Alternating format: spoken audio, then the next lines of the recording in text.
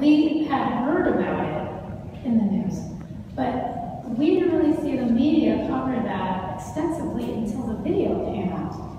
Okay? So what does that say about us as a culture, as a society, right? So what I'm trying to say is that, again, with this visuals being so strong, you watch TV, you watch movies, you watch video games, what are we seeing over and over and over again? What are we telling our kids and adults constantly? We are constantly devaluing the female, okay?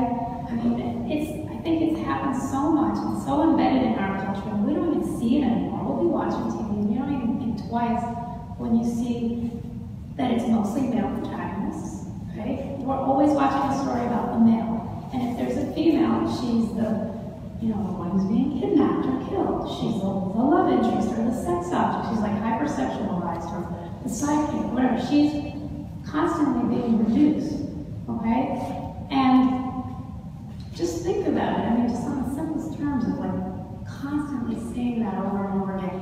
Just for an example, I got this from Gina Davis, who does a whole study about media and gender. She said that even the crowd scenes contain only 17% females.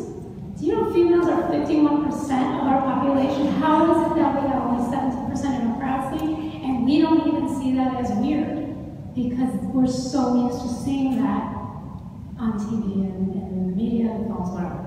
So I think until we change what we're seeing, I don't see how we're going to prevent this sort of thing from happening. If I can put it out there, if you guys get a chance to check out a TED Talk by Tony Porter, he's this guy who's from the Bronx, big tech guy, who talks about how men, now we're talking about educating boys, how boys and men are put into what he calls the man box.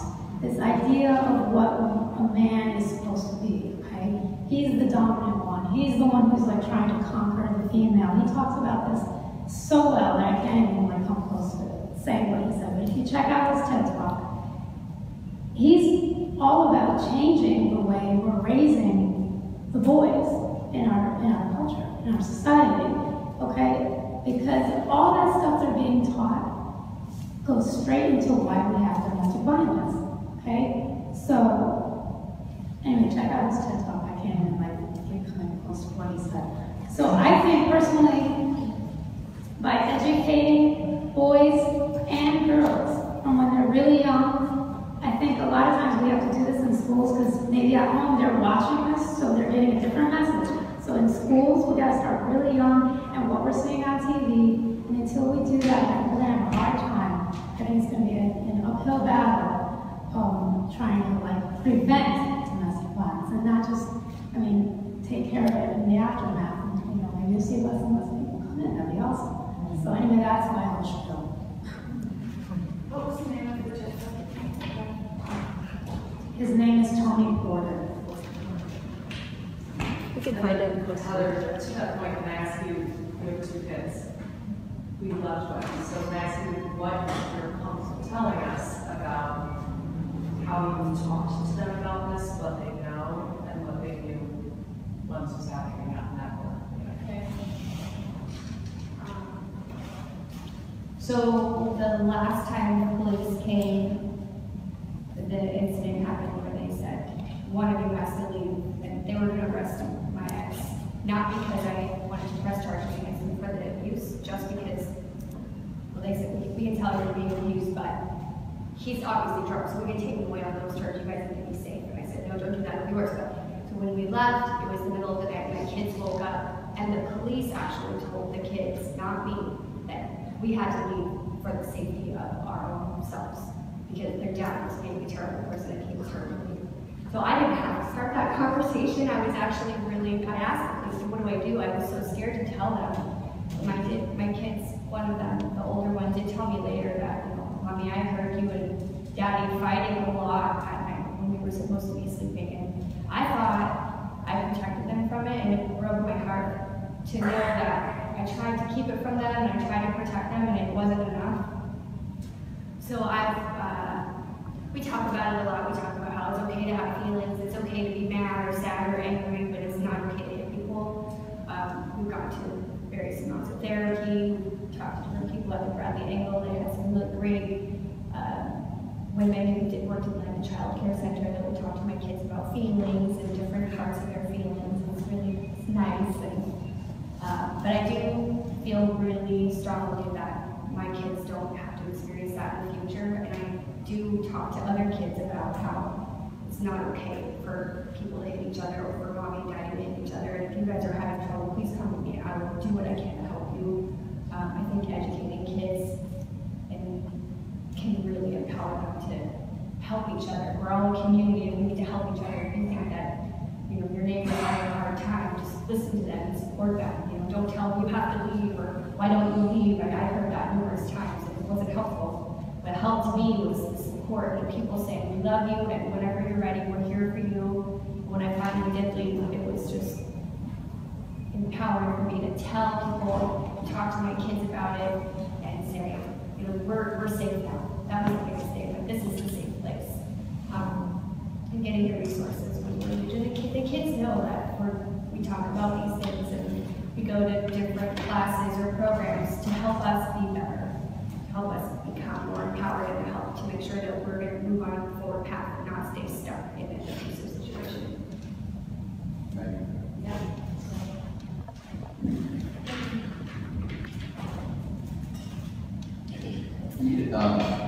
Just to kind of think about one program, and then I'll go off the rails and be a little bit just Eric talking for a second. But you know, we have a Defending Childhood initiative at the county. The real focus of that is preventing children's exposure to violence, and the exposure to violence early on, because so many that have a lifetime of experiences that are related to that exposure. You know, 1 in 10 men. If it's 3 in 10 women who are in CZ, what is 1 in 10 men have experienced rape, physical violence, stalking. So 10% of men. If you add into that the over 15 million or so bare minimum of kids who we think in this country are exposed to this type of violence as children, and this is kind of where I go a little bit off the rails, but for those of us boys in the room, we were often in many of our households raised differently than our sisters were in terms of our emotional intelligence, right? And we have to talk about that, right?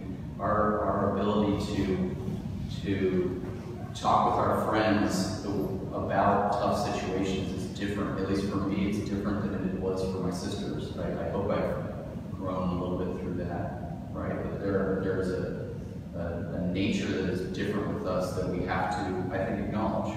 And I don't think that we should be afraid of acknowledging that, particularly when we talk about what we're exposing folks to, about what we are educating or telling people about what they see, what they read, what they hear. But it's also then how do we deal with that? And I think that for the men in this room, we have to be honest about that, and that we don't often have the tools in our rucksack to deal appropriately with that type of violence, with that type of exposure.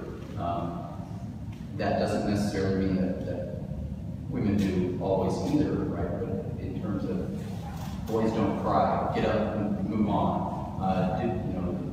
be rough, go outside, those types of things that I think is just that American story of how boys are supposed to grow up, or supposed to grow up, is something we need to kind of question. That's what Tony talks about, what you're saying. Yeah, and that's, my other career, I'll just venture into this for a second. My other career, I was a commanding officer in the Army and commanded troops in the Iraq War. I commanded men, I commanded women, mixed units, those without. And there is a difference oftentimes in how some of the most stressful situations were dealt with by different gendered soldiers. And we should be okay talking about that. And there were things we had to work through, and there were aggressive natures that I didn't have to always manage as a commanding officer with some of my female soldiers that I did have to manage with some of my male soldiers in that 18 to 22 range. It's a raw time for a human, right? That's a raw time for some really stressful stuff. And I think that this is just anecdotally, I think that my female soldiers who are working with me, and this is in Iraq. I think that they oftentimes compartmentalized or were able to work through violence and difficult situations in a healthier manner. And I say this as I was a leader of this unit, but I was not that much older either. You know, I was 25, so I'm not that much older. I was in that raw situation myself, right? And let's not shy away from that conversation, right? And as we raise our own children, what are the things we can do to maybe spread out how we raise our boys and our girls together, and the things that I think school and other things like that historically has separated boys and girls in so many ways. And I don't know why, and I don't know that needs to continue. So that was me going off on the side a little bit. I just wanted to say that I'm going to be at Oscar panelists for about an hour at their time, so I just wanted to acknowledge that. That we could probably talk with you forever, and I'll give it time to continue it. And I know at least a couple of us are nervous about parking.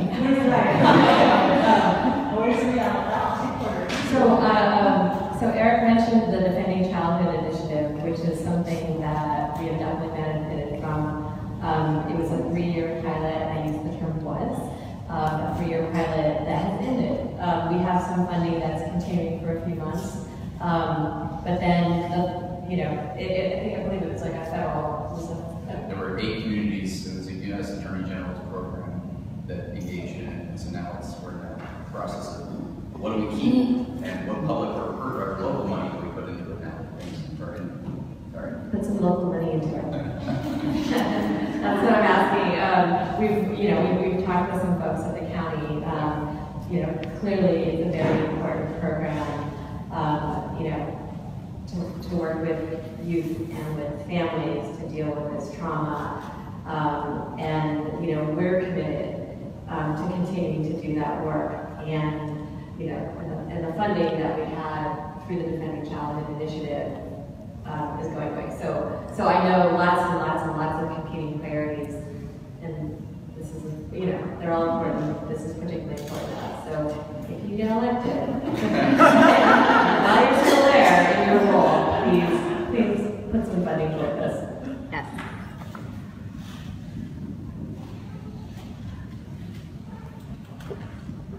Okay, so we want to be respectful of the time.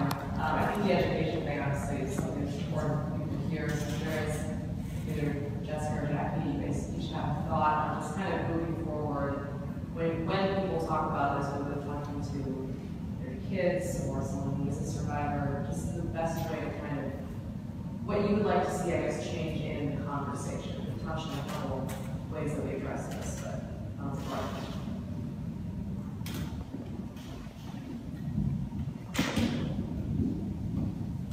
Yes, that's a question I don't know if I have a solid answer to, but what I can say is in my role, I see so much intergenerational violence. And I think another thing that we need to get comfortable with is this idea that in order to assist the survivor, in order for them to be valid, they have to be a perfect person. Survivors are not perfect people, they're people. And often coming from violent homes, possibly in the past, or just having their own struggles with healthy relationships, and that can lead into parenting, and that can also be a part of not recognizing other types of, not just sort of, we call it IPV, but not just recognizing those romantic relationships, but those other relationships. How does your sister talk to you in front of your kids? How does your grandfather treat you? And this is idea that all of our relationships in our lives should have the base element of respect and safety. And if it doesn't, then being okay with asserting boundaries. Because I think that for the most part, our kids learn through seeing our And that phone number is 503-235-5333, and it's a 24-hour hot crisis line that is that serves the entire system. When I was a volunteer, it used to be call this number and see if there's a shelter space, and then call this number, and then call this number. And I used to be the person on the other end taking those calls, and when we didn't have any room, saying, have you tried calling? And that was a horrible feeling to be that person to say, call somebody else when they'd already called somebody else. We use the term trauma-informed, not very trauma-informed, to ask somebody to call these different numbers. And so we have one number that we encourage people to call if they're in crisis, or if they want to do safety planning or meet ideas, and they can get them connected to other parts of the DV system.